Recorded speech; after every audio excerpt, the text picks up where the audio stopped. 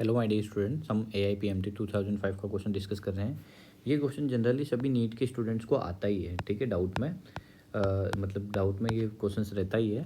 The displacement x of a particle varies with time is x equal to a की power alpha t plus b की power beta t, where a, b, alpha beta are positive constant, the velocity of the particle will be. हमें बताना है a b alpha beta positive constant है, velocity of the particle, ठीक है। The velocity of the particle will be, तो velocity बतानी particle की। Okay, तो पार्टिकल की वेलोसिटी बतानी है, ठीक है। तो पार्टिकल की वेलोसिटी के लिए सबसे पहले हम क्या करते हैं, इसका टाइम के रेस्पेक्ट में डिफरेंशिएशन करते हैं। तो डिस्टेंस या डिस्प्लेसमेंट का टाइम के रेस्पेक्ट में डिफरेंशिएशन करते हो तो आपको मिल जाती है वेलोसिटी।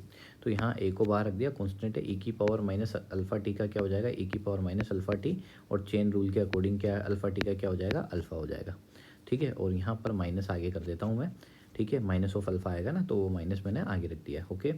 प्लस बी बाहर निकाल दिया, ई की पावर बीटा टी का क्या हो जाएगा, अब बी की पावर बीटा टी रहेगा और बीटा टी का क्या हो जाएगा, बीटा। तो यहाँ से वेलोसिटी जो हो जाएगा minus of A alpha E की power minus alpha T, okay. Plus B beta E की पावर बीटा टी, ठीक है। ये हो गया तुम्हारे पास।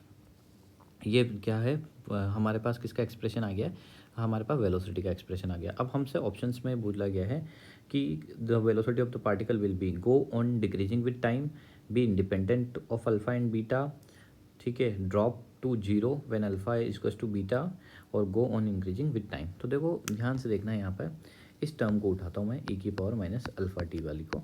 तो यहाँ से देखो इसको अगर मैं नीचे करूँगा तो ये हो जाएगा ई की पावर अल्फा टी।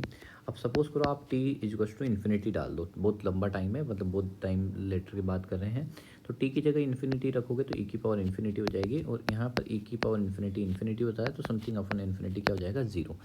मतलब टाइम बढ़ने के साथ साथ ये वाली टर्म जो है, अगर टाइम इन्फिनिटी हो जाएगा तो ये वाली टर्म पूरी क्या हो जाएगी, ज़ीरो हो जाएगी, ओके।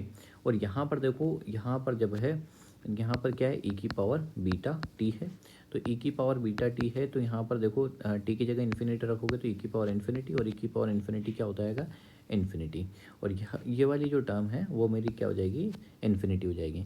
तो जीरो प्लस इन्फिनिटी पूरा क्या हो जाएगा, इन्फिनिटी हो जाएगा। मतलब क्या है कि टाइम बढ़ने के साथ वेलोसिटी क्या हो जाएगी, बढ़ती जाएगी। तो यहाँ से ऑप्शन नंबर 4 जो है वो करेक्ट हो जाएगा, गो ऑन इंक्रीजिंग विद टाइम, ठीक है। आई होप आपको क्वेश्चन समझ में आएगा। इसको एक्सप्रेशन से समझना था तो मैंने इजी वे में समझाने की कोशिश की। Thank you for watching.